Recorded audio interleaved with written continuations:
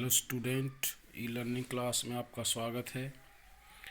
और आज हम कर रहे हैं 2018 model test paper set A, जिसमें हम इस मॉडल टेस्ट पेपर के अति लघु उत्तरीय प्रश्नों पर चर्चा करेंगे। वेरी शॉर्ट क्वेश्चन,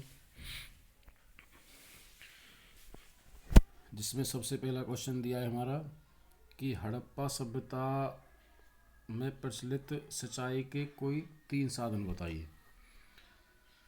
तो इसमें बताया गया कि हड़प्पा सभ्यता के लोग किन साधनों के माध्यम से सिंचाई करते थे कृषि के लिए। तो इसमें सबसे पहले कुएं, नहरें और जलाशय हड़प्पा सभ्यता के मुख्य सिंचाई के साधन माने गए हैं। कुएं, नहरें और जलाशय, जिसमें कुछ प्राकृतिक जलाशय, कुछ मानव निर्मित जलाशय थे, जिनसे हड़प्पा सभ्यता के लोग खेतों की सिंचाई करते थे। नेक्स्ट क्वेश्चन आता है, पुरालेख शास्त्र किसे कहते हैं। तो पुरालेख शास्त्र वह शास्त्र है जिसमें मोहरों, प्रस्तरों, स्तंभों, स्तूप, चट्टान, ताम्रपत्र और भूमि अनुदान पत्र और प्राचीन ईंट और मूर्तियों आदि का जो अध्ययन किया जाता है उसे पुरालेख शास्त्र के नाम से जाना जाता है। यानी कि हम कह सकते हैं कि प्राचीन वस्तुओं के बारे में या प्राचीन समय के बारे में जानकारी, जिन चीज़ों से जानकारी इकट्ठी की जा सकती है, उनके अध्ययन को हम मुख्य रूप से पुरालेख शास्त्र कह सकते हैं। नेक्स्ट क्वेश्चन आता है, जैन शब्द का क्या अर्थ है। जैन शब्द जो वर्तमान महावीर से लिया जाता है और जिसका शाब्दिक अर्थ होता है जिन या वह व्यक्ति या ऐसा व्यक्ति जिन्होंने अपनी इंद्रियों पर विजय प्राप्त कर ली हो। और महावीर स्वामी जो जैन धर्म के संस्थापक थे, उन्हें जिन के नाम से जाना जाता है क्योंकि उन्होंने अपनी सभी ज्ञान इंद्रियों पर अपना अधिकार या नियंत्रण कर लिया था। नेक्स्ट क्वेश्चन दिया है इसमें अगला 13वां कि इब्न बतूता ने दौलताबाद के बारे में क्या लिखा है। तो दौलताबाद दिल्ली के जैसा एक शहर, और इब्न बतूता लिखते हैं कि एक विशाल शहर दौलताबाद जो दिल्ली के समान माना गया, जिसमें काफ़ी जनसंख्या निवास करती है और एक प्रमुख व्यापारिक केंद्र भी माना गया है। और यहाँ पर विशेष चौड़ी सड़कें, ऊंची इमारतें आदि आती हैं।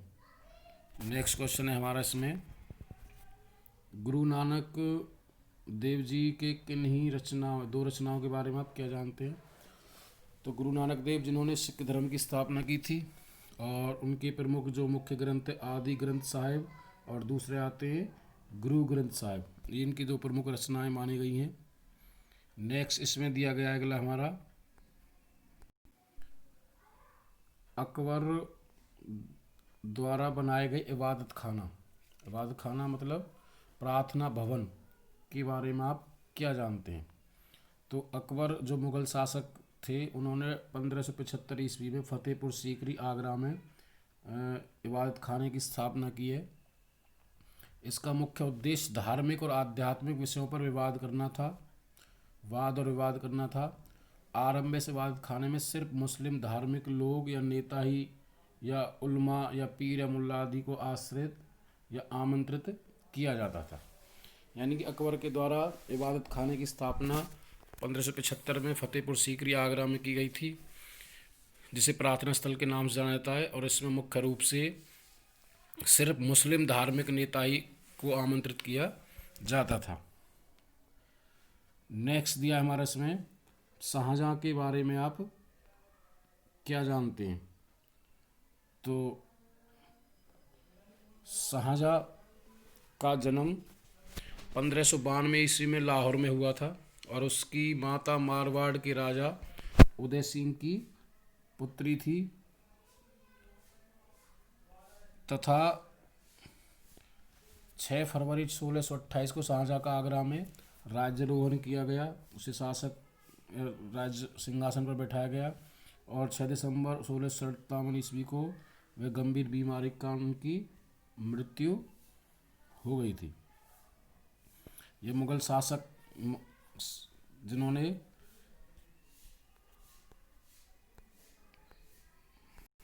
जिन्होंने अपनी पत्नी की याद में आगरा के अंदर ताजमहल का निर्माण किया था और प्रमुख मुगल शासक माने जाते हैं। नेक्स्ट अगला क्वेश्चन आता है हमारा, दीवानी शब्द का क्या अर्थ है? तो दीवानी का अर्थ होता है दीवान से संबंधित है, अर्थात मुगल काल में या मुगल काल राज्य का दीवान या वजीर को दीवानी के नाम से जाना जाता है। नेक्स्ट और लास्ट वेरी शॉर्ट क्वेश्चन दे रखा है इसमें कि असहयोग से गांधी जी का क्या अर्थ था? तो असहयोग का अर्थ होता है कि किसी भी तरह से अंग्रेजों का सहयोग न करना, उसे असहयोग के नाम से जाना जाता है। और ये गांधी जी के द्वारा इसका संचालन 1920 ईस्वी में किया गया था, जिसमें गांधी जी ने सभी से अनुरोध किया गया था कि किसी भी तरीके से अंग्रेजों का सहयोग ना करें, जिसे असहयोग आंदोलन के नाम से जाना गया था। नेक्स्ट क्वेश्चन आते हैं हमारे बहुविकल्पी प्रश्न, जिसमें सबसे पहला क्वेश्चन दिया गया है कि हड़प्पा सभ्यता का कौन सा स्थान हरियाणा में है? तो इसका राइट आंसर है उपरोक्त सभी। ये सभी हड़प्पा सभ्यता के क्षेत्र हैं। बनावली, मिताथल और राखीगढ़ी, ये सभी हरियाणा राज्य के अंदर आते हैं, जिसमें से हिसार, बनावली हिसार के अंदर, राखीगढ़ी हिसार के अंदर और मिताथल पड़ता है भिवानी में। नेक्स्ट क्वेश्चन आता है हमारा, मनुस्मृति का संकलन कब हुआ था? तो मनुस्मृति का जो संकलन समय है वो 200 ईसा पूर्व से और 200 ईस्वी के बीच माना जाता है। नेक्स्ट क्वेश्चन आता है हमारा इसमें कि बौद्ध धर्म में मुक्ति का मार्ग या मोक्ष का साधन किसे बताया गया है? बौद्ध धर्म के अनुसार मोक्ष का साधन, और जिसका अर्थ है, इसका आंसर है अष्टमार्ग। यानी कि बौद्ध धर्म के अनुसार 8 मार्गों पर चलकर व्यक्ति मोक्ष प्राप्त कर सकता है, इस पृथ्वी पर जन्म और मृत्यु से छुटकारा प्राप्त कर सकता है। नेक्स्ट दिया है हमारा इसमें कि विजयनगर साम्राज्य का प्रथम राजवंश कौन सा है? तो इसमें जो प्रथम राजवंश आता है, विजयनगर साम्राज्य ने सबसे पहले शासन किया था, वो आता है संगम वंश। इसके अलावा हम और बात करें तो ये सभी तीनों वंश हैं, चारों वंश हैं जिन्होंने विजयनगर साम्राज्य पर शासन किया था, संगम वंश, सुलभ वंश, तुलुप वंश और अराविंदु वंश। नेक्स्ट क्वेश्चन है, बाबर की आत्मकथा का क्या नाम है? तो बाबर की आत्मकथा का नाम है तुजुके बाबरी। ये बाबर की आत्मकथा कही जाती है और यह बाबर के शासनकाल में चगताई तुर्की भाषा में इसका लेखन किया गया था। नेक्स्ट आते हैं, बंगाल का स्थायी बंदोबस्त कब लागू किया गया था? तो बंगाल का स्थायी बंदोबस्त 1793 ईस्वी में, 22 मार्च 1793 ईस्वी में लॉर्ड कॉर्नवालिस के द्वारा बंगाल का स्थायी बंदोबस्त लागू किया गया था, जिसमें अंग्रेज और जमींदारों के बीच इसमें संबंध स्थापित किया गया था।